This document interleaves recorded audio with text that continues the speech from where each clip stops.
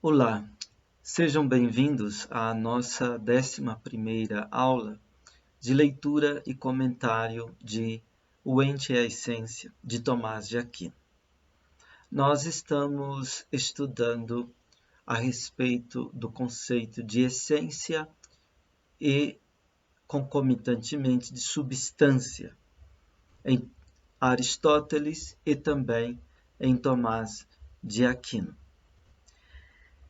No número 5 do capítulo 1 de O Ente e a Essência, nós lemos o seguinte: visto que aquilo pelo que a coisa é estabelecida no próprio gênero ou espécie, é isto que é significado pela definição, indicando o que a coisa é, daí vem que o nome de essência é transformado pelos filósofos no nome de quididade.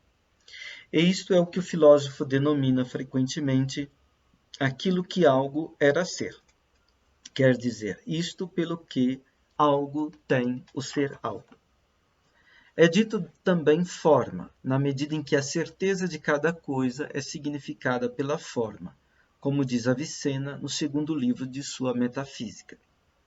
Isto também é, através de outro nome, dito natureza, tomando natureza de acordo com o primeiro daqueles 4 modos assinalados por Boécio no livro sobre as duas naturezas, isto é, na medida em que se diz natureza, tudo aquilo que, seja como for, pode ser captado pelo intelecto.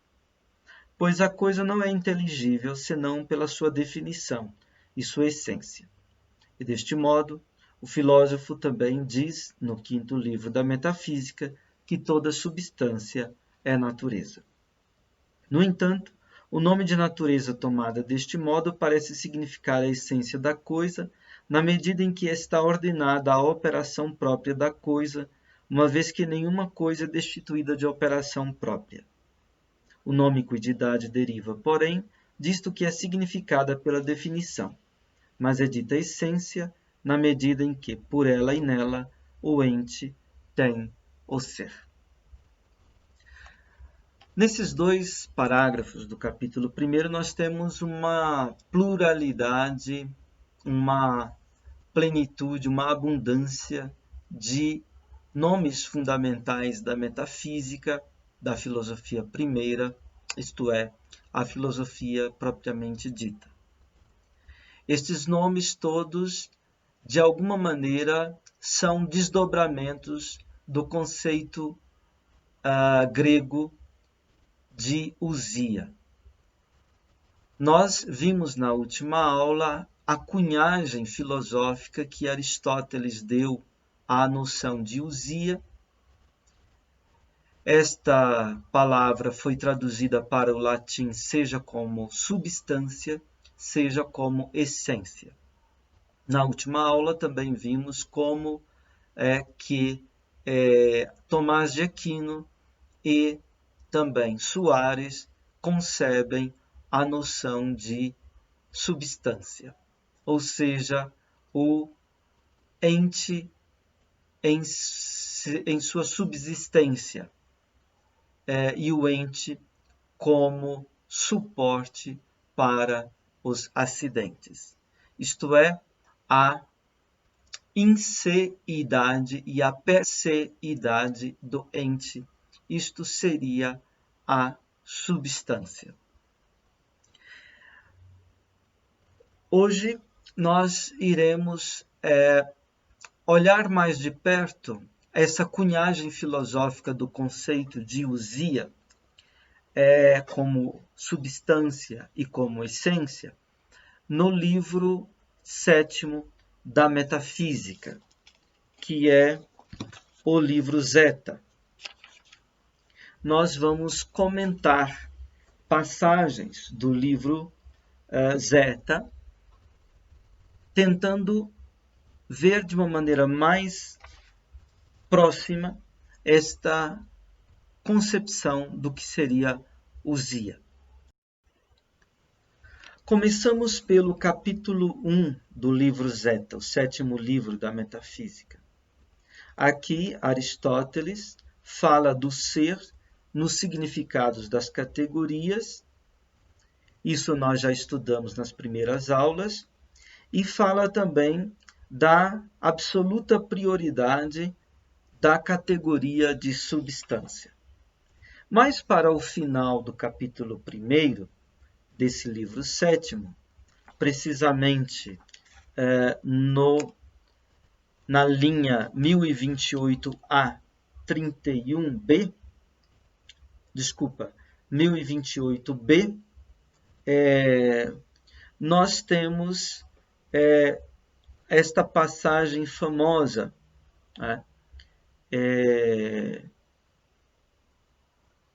Em que Aristóteles diz o seguinte: Kai dekai topalai tekainin kai aei zetumenon kai aei aporumenon titoon tuto esti tis re usia. Traduzindo, é aquilo que tanto outrora, quanto agora, quanto sempre constitui o que é procurado e aquilo que sempre constitui uma aporia. A questão, o que é o ente, equivale a isto. O que é a ousia? O que é a substância? Etc.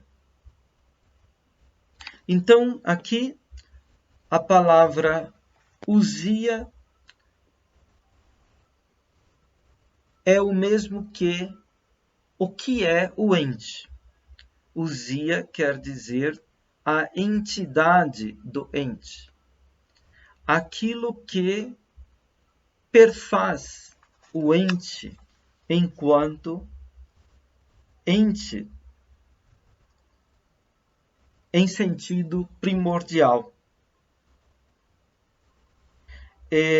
Essa primordialidade da ousia também vai aparecer aqui no primeiro capítulo do livro 7º da Metafísica, quando Aristóteles diz que a ousia é próton, isto é o que é primeiro.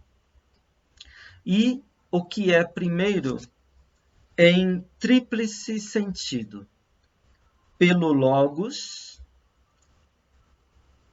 pela gnosis e pelo cronos. Isto é, a ousia, a substância, é o que é primeiro pelo logos. Logos é o discurso, no sentido de chamar em causa alguma coisa, colocar em discussão alguma coisa.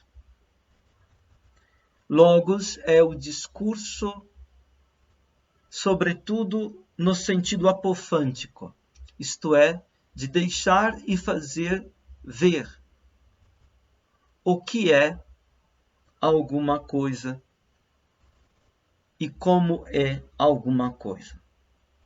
Logos é o enunciado. Então, a ousia é aquilo que, por primeiro e em sentido primordial, é o enunciável.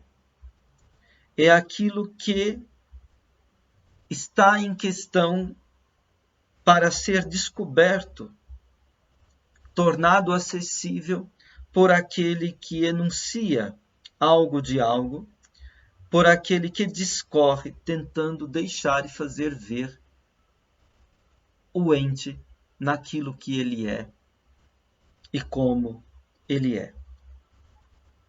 Depois, a ousia é primeira, tem prioridade, é primordial no tocante à gnosis, isto é, no tocante ao conhecimento. A substância é aquilo a que o conhecimento se dirige. É o cognoscível. Conhecer é conhecer algo. E o o que é. Né? Conhecer é conhecer algo e conhecer o que é este algo. Nesta noção de conhecer algo, este algo é, antes de tudo, a substância. O que é este algo? A essência. Então, conhecer se volta para a substância, para a essência.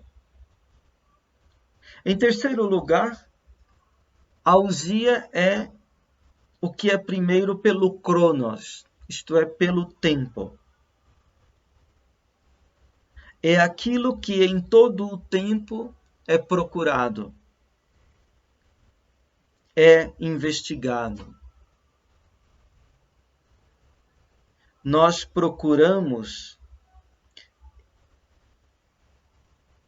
as coisas naquilo que elas são, e entre estas coisas, as que são em si, por si, são as primeiras coisas que nós procuramos. E depois procuramos saber o que são estas coisas que são em si e por si. Nisto entra a substância e a essência.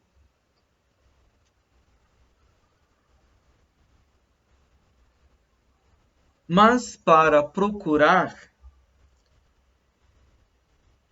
o que é uma coisa no seu ser em si, por si, nós precisamos saber que algo é.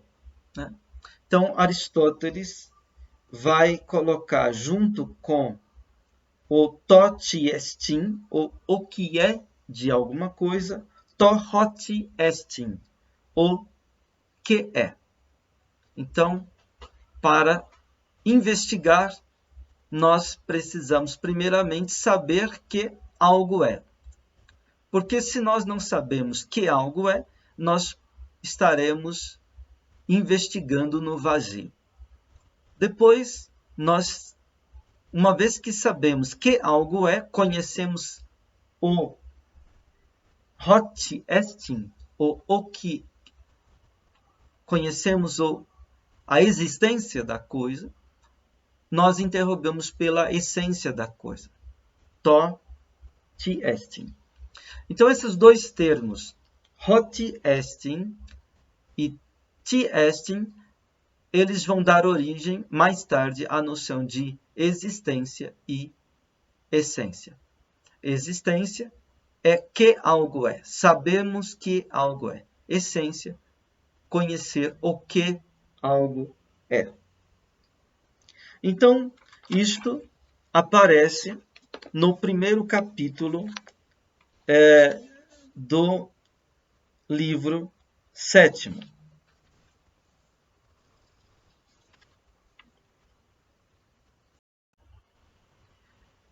Isso de ousia ser o que é primeiro, pela noção ou pelo logos, pelo conhecimento e pelo tempo, isto está na linha 33 e 34 de 1028A, no primeiro capítulo do livro 7º da Metafísica. Agora vamos falar o que Aristóteles nos apresenta no segundo capítulo desse mesmo livro 7º da Metafísica. Aqui, Aristóteles fala da ousia como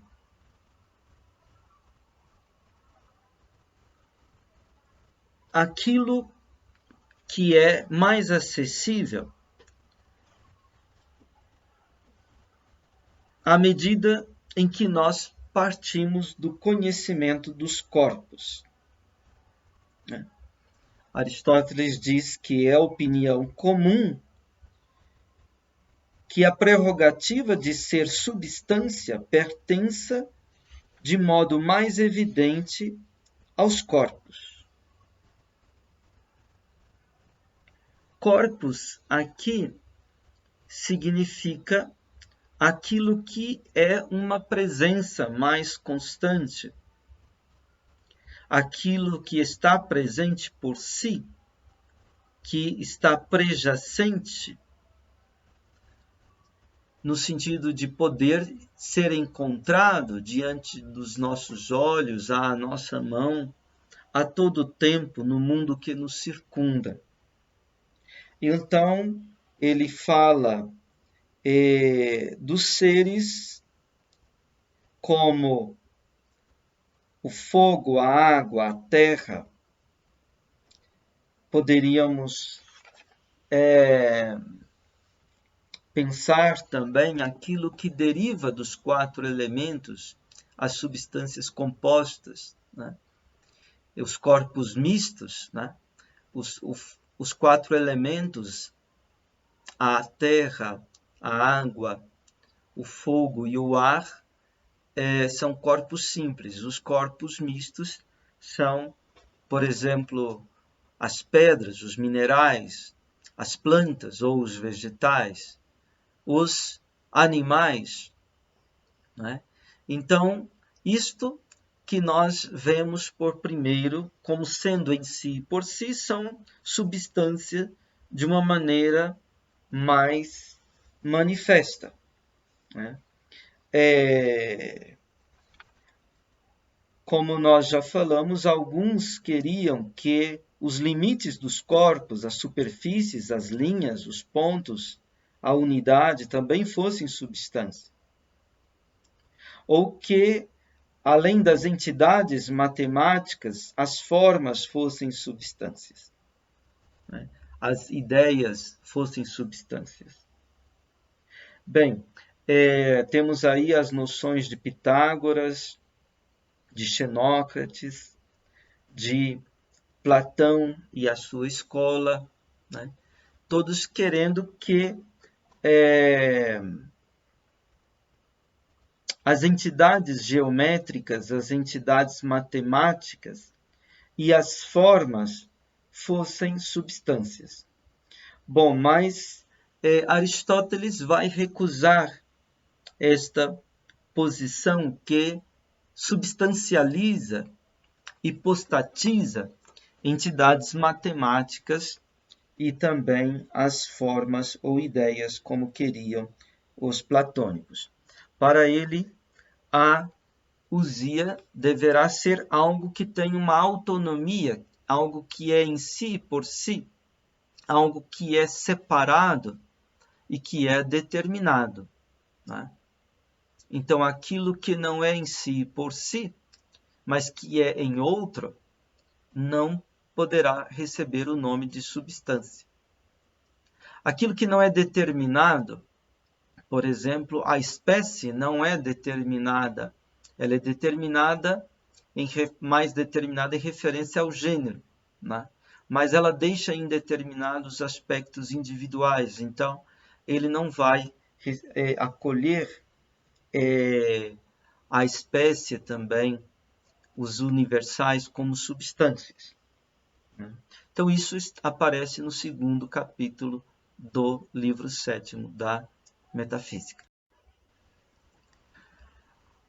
O tratamento daquilo que seria a ousia propriamente dito começa, porém, no capítulo 3 do livro 7º.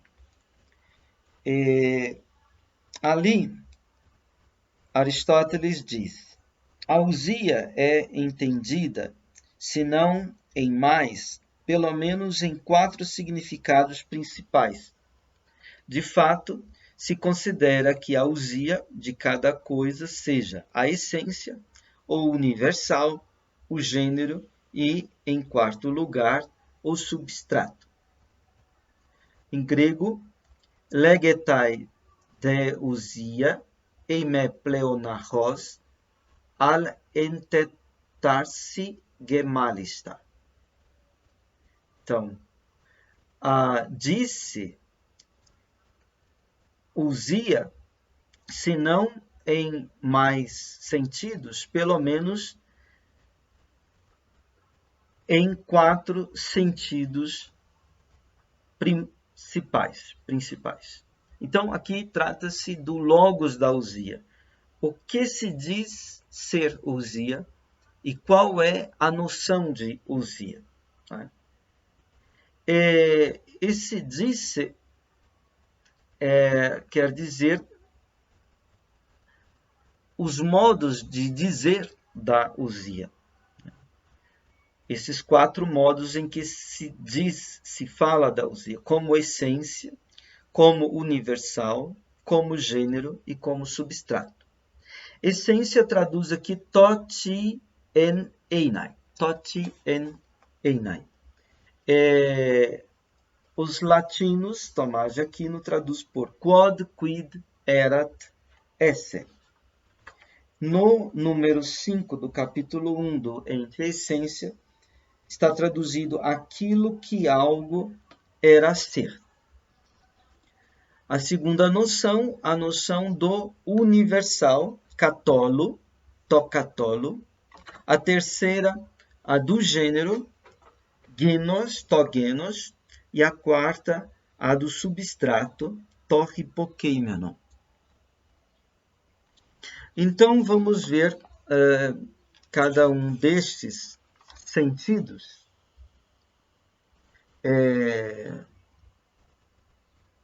Então, a pergunta é: o que é propriamente chamado em causa, caso nós pensemos na Uzia? A primeira, to, ti, en, einai.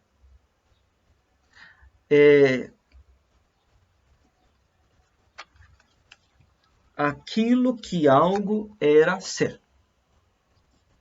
Poderíamos dizer aquilo que aquela coisa era por si mesma.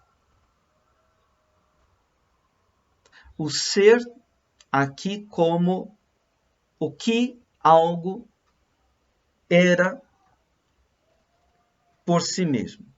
Este era, o verbo ser no passado imperfeito, implica que um a priori.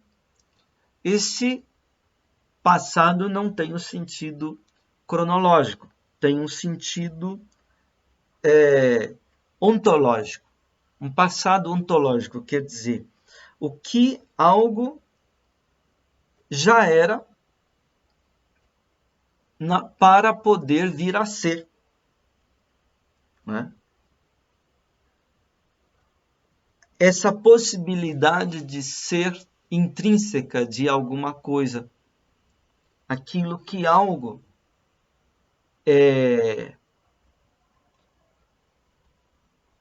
à medida em que ele vem a ser, ele realiza aquela possibilidade de ser. Isso chamamos a sua essência. Digamos, então, se pegamos o exemplo de uma árvore, digamos assim, um ipê, né? A semente já é semente de ipê. Né? O ipê só se torna ipê, só nasce, cresce, se realiza como ipê, se ele já for ipê. Ele se realiza como um indivíduo que tem esta essência. Também um homem, por e para vir a ser homem, já tem que ser homem, né? Desde o seu primeiro momento de existência. O devir homem, o vir a ser homem, já é a realização desta essência. Né? Então, a essência é o a priori, é o que antecede, o que precede alguma coisa como sua possibilidade de ser intrínseca, interior. Então, esse é o primeiro sentido de essência, ou de ousia, a essência. Toti en einai, quid erat esse, isso, aquilo que algo era ser. Tomás de Aquino, ele diz, o filósofo denomina frequentemente aquilo que algo era ser, quer dizer, isto pelo que algo tem o ser algo. Então, isso pelo que Sócrates tem o ser homem. Isto é a essência, né, de Sócrates. Isso pelo que um triângulo tem o ser triângulo. Isso pelo que um pé de IP tem o ser IP. Esse é o primeiro sentido, então, de toti en einai, a essência, como a priori ontológico. O segundo sentido que Aristóteles levanta, que disse ser ousia, é tokatolo. Tokatolo, o universal. O oposto de tokatolo é katekaston. Tokatekaston. Isto tokatekaston é aquilo que é a cada vez, aquilo que se destaca, aquilo que podemos ver como sendo singular, dando-se a cada vez, vindo ao nosso encontro a cada vez. Isso que nós chamamos de o singular, né? O contrário deste singular é o universal, tokatolo, né? É a forma da palavra kata, segundo holon, o todo, né? Katolo, segundo o todo. Não isto que é a cada vez, mas aquilo que é toda a vez, né? Isso seria o universal. Então, o universal é aquilo que vigora no todo, todas as vezes. Seria o que determina as possíveis e reais individuações de algo. Então, se eu digo Sócrates, Sócrates é singular. Sócrates é este indivíduo. O indivíduo é aquilo que é a cada vez. Se eu digo homem, homem é universal, a espécie. A espécie. Aquilo que toda a vez, né, se mostra quando se trata de entes, de indivíduos desta espécie.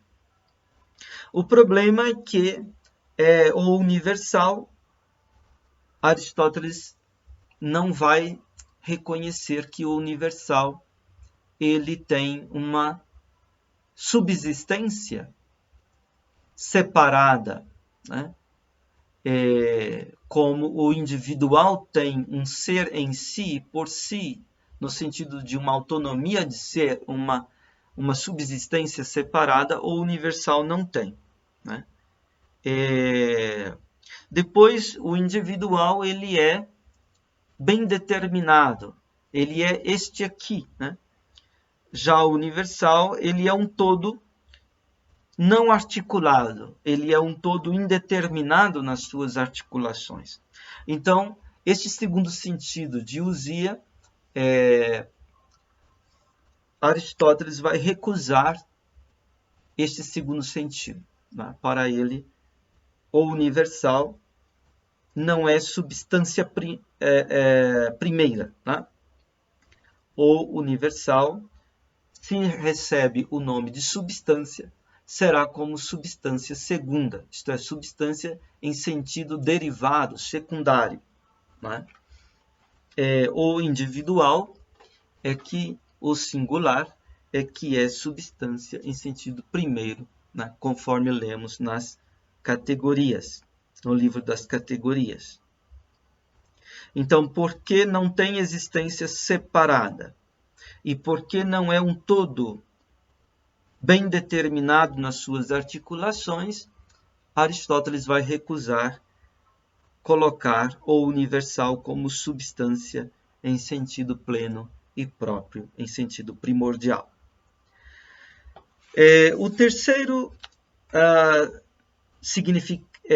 terceiro tropos da ousia, isto é, o terceiro modo de se dizer, de se falar da ousia, é o genos. Né? Genos nós traduzimos por gênero. Né? A palavra genos significava descendência, estirpe, raça. Né? A noção de algo provir de algo. Né? Como numa estirpe, os descendentes vão provindo dos seus ascendentes. Né? Os filhos dos pais, dos avós, etc, etc. Né? Então, Platão foi quem procurou pensar, né, partindo cada vez da proveniência ontológica dos modos de ser. Esse método genealógico, no sentido de captar os entes, sempre procurando detectar a sua essência, no sentido da sua forma, do seu modo de ser, e a proveniência desses modos de ser, né? Os genoi, né? Os gêneros. Né? Então, o gênero é a proveniência da aparição e da aparência de algo. Né? Digamos assim, Sócrates é homem. Palavra Sócrates significa o indivíduo, homem significa a espécie. Mas a espécie homem, né, esse aspecto deste modo de ser, pertence a uma linhagem, por assim dizer, de modos de ser. Né? Homem, cavalo, gato, cachorro, todas essas espécies, elas têm uma proveniência comum, né? No seu modo de ser e de aparecer, que é chamado, então, o animal. Né? O animal. Então, o genos seria esta proveniência da aparição e da aparência do modo de ser de alguma coisa. Né? Por exemplo, se nós falamos de mesa, né? Temos mesa de jantar, mesa de escrever, por exemplo, o altar é uma mesa de sacrifício. Então, temos mesa de vários tipos de mesa. Né? E cada vez que eu capto esta ou aquela mesa, essa mesa tem um determinado tipo e esse tipo pertence todo ao gênero, digamos, mesa. Né? Então, essa noção de proveniência. Bem, Aristóteles também não vai colocar o gênero como substância em sentido pleno e próprio. Né? Assim como não o universal, no sentido da espécie, também o universal no sentido do gênero também. Porque Aristóteles vai interpretar o gênero como o universal, destoando de Platão neste ponto. Né?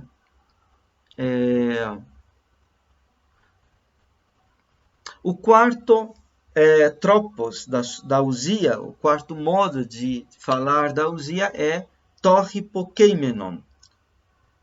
Hipó, esse prefixo significa por debaixo de. Keimai significa jazer. Né? Então, aquilo que está subjazendo por debaixo, aquilo que é subjacente, né? Aquilo que está jazendo por debaixo, aquilo que é subjacente. Né? A tradução para o latim fica subjectum, sujeito. Né? Sujeito não como o eu, mas sujeito como aquilo que é suporte, né? Aquilo que é fundamento. Nós poderíamos traduzir também o substrato. Né? O substrato é aquilo de que todas as outras coisas são predicados, enquanto ele não é predicado de nenhuma outra coisa. Né? Então, o substrato será a substância como fundamento, né? Fundamento para o logos, isto é, para falar e dizer no sentido do enunciado, fundamento para a gnosis, para o conhecer e o descobrir, e fundamento para a gênesis, fundamento para a geração, né? Para o devir, para a realização. Então, esse será, junto com o toti en einai, a essência, o outro sentido forte de usia para Aristóteles. Né? Então, excluindo o universal, excluindo o gênero, os dois sentidos fundamentais de usia será o da essência, toti en einai, o a priori ontológico, aquilo que algo era ser, né? E o substrato, né? A usia no sentido do substrato, isto é, como fundamento para um falar e dizer, a usia como sujeito, né? Do enunciado, o substrato como fundamento para o conhecer, o que se conhece aqui, há que se partir da substância, né? E o fundamento para a própria realização, para a própria gênese de alguma coisa. Bem, Aristóteles também vai perguntar, né, se o substrato é a matéria, né? Ele acaba recusando o substrato como matéria, porque a matéria é algo indeterminado, né? A matéria não pode ser substância, porque a matéria não é algo determinado. O que é determinado é a forma.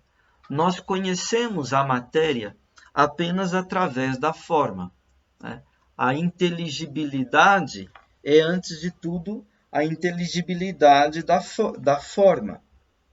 A inteligibilidade da matéria nos escapa, né? Nós conhecemos a matéria através da forma, né?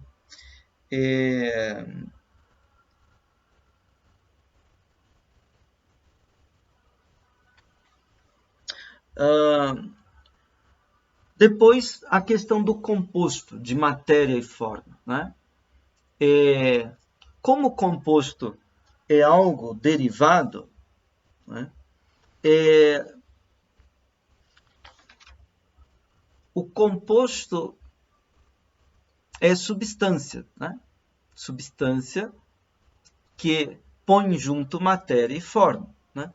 Mas por ser composto, isto é, por partir de elementos constitutivos dele, ele é derivado. Então, resta que a usia em sentido como substrato será, sobretudo, a forma, né?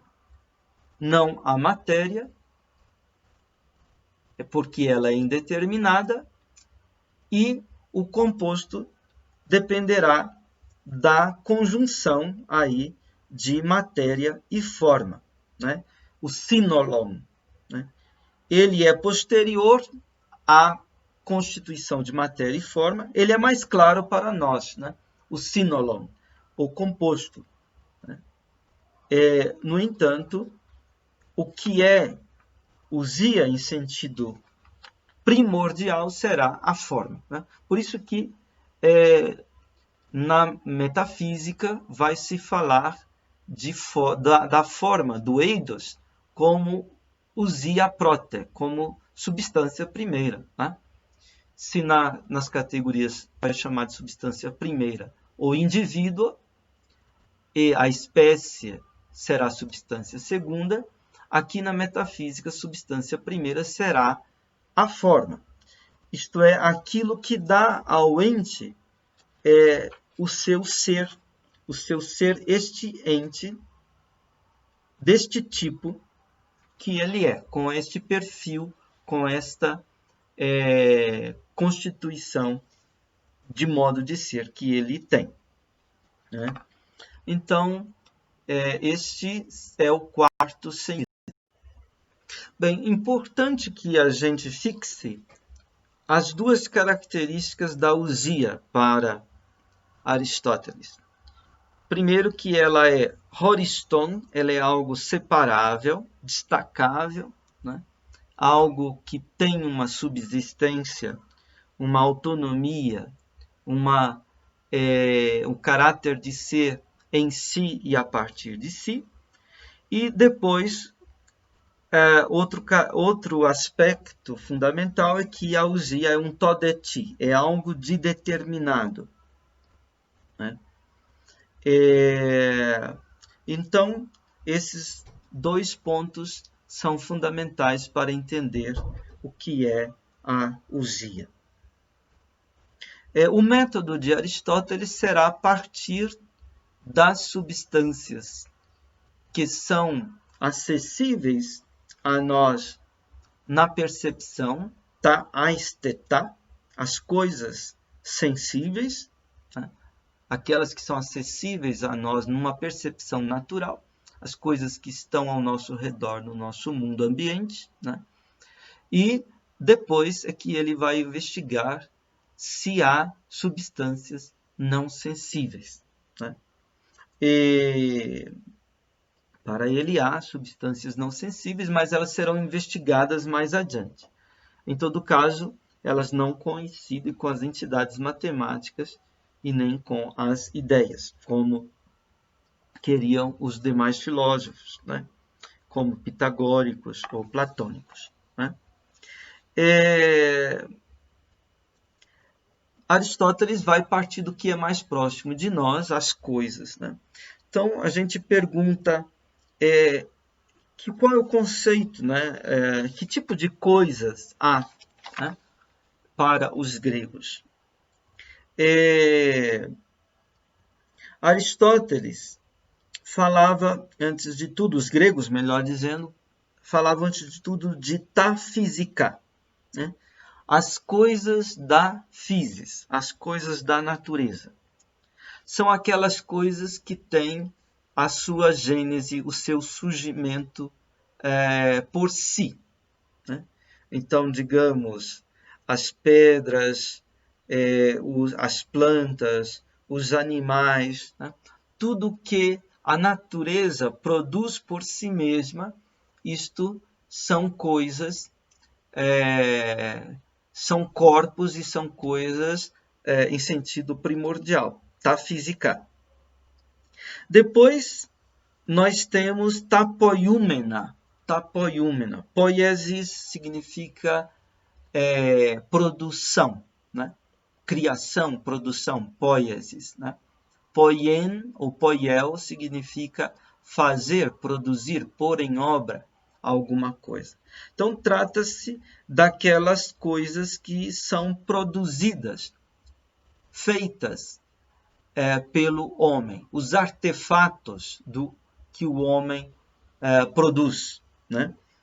Então, por exemplo, uma mesa, uma cama. Né? A natureza produz árvores. Né? As árvores oferecem para o homem a matéria, a madeira, né? Para produzir camas, para produzir mesas, etc. Mas a natureza não produz cama, não produz mesa. Né? Cama, mesa são substâncias, são corpos, né? Que são produzidas pelo homem. Então, entram aí não na física, mas em tapoiúmena, não nas coisas naturais, mas nas coisas que são feitas pela arte, pela tekné. Então, Aristóteles também vai falar de on physei e on tekné. isto é, o ente natural e o ente artificial, né?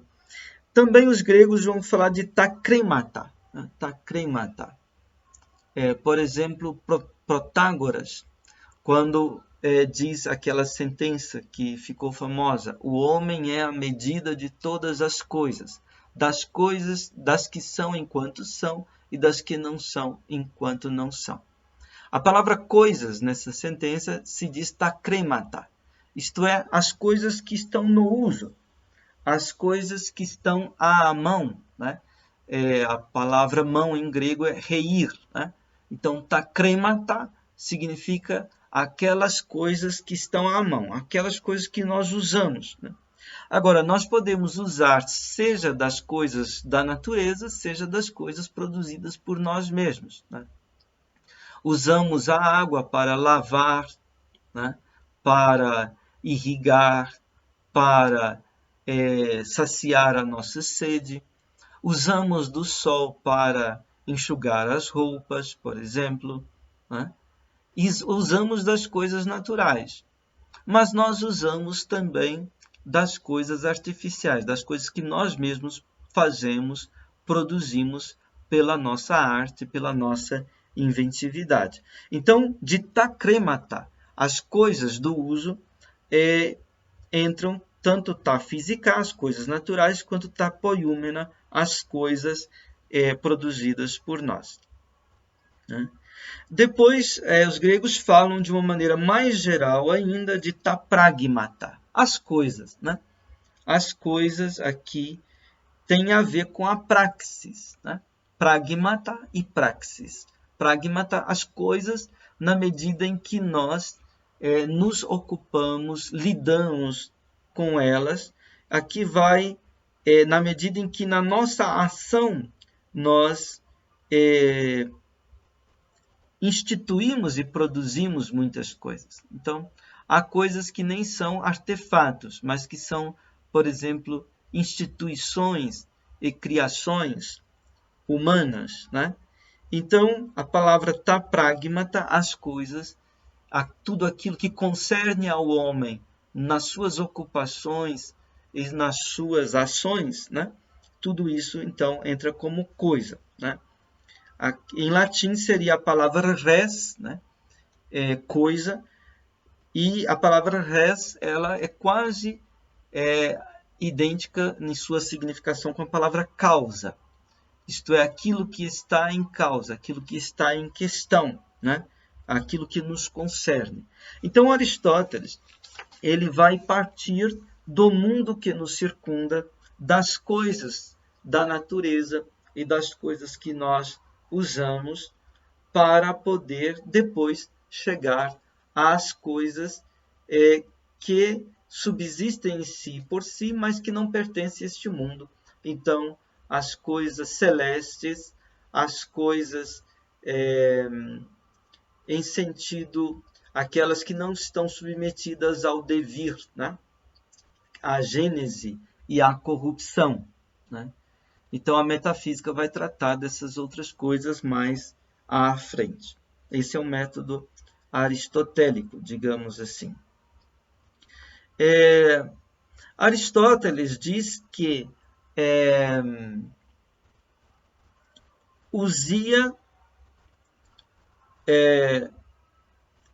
a sua definição, né? Quer dizer, o seu logos será uma definição, né? Então, nós vamos tratar da usia e da definição na próxima aula, né? Lembra que Tomás começa dizendo no número 5 justamente isto, né? E visto que aquilo que a coisa é estabelecida no próprio gênero ou espécie, é isto que é significado pela definição, indicando o que a coisa é, daí vem